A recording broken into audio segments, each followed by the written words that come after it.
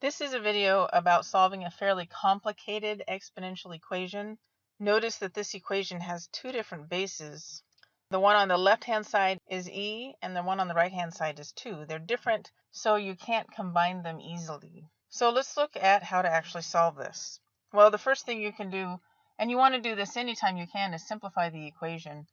We can divide both sides by 3, or we can divide both sides by 4. It doesn't matter. I'm going to choose to divide both sides by 4, mostly because dividing by 4 is nicer than dividing by 3. There we go.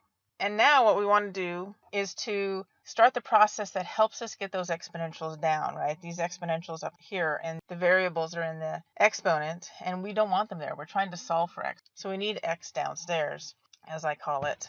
So we do that by taking a logarithm. I went ahead and took the natural logarithm. It doesn't matter what logarithm you took. You can take log base 10, log base 2, log base 55 if you want to.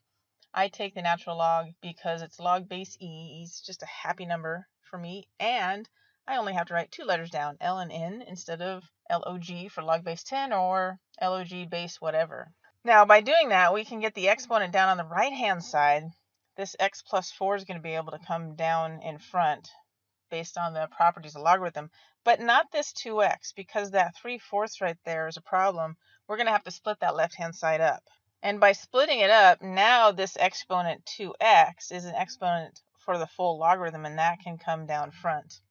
I'm also in the next step going to distribute this natural log of 2 because I know I'm solving for x, and if you're solving for x, you don't want him or her inside the parentheses. So I went ahead and did it right here. Now we're just going to do a quick simplification process. This guy right here, the natural log of e is just 1. So let's rewrite it without the natural log of e.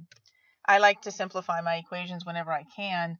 It just makes the rest of the steps easier. Okay, now we have a simplified equation. Let's go ahead and get x on one side and the other terms on the other side. We do that by, of course, subtracting this guy from both sides and this guy from both sides. And now we have visually two x's.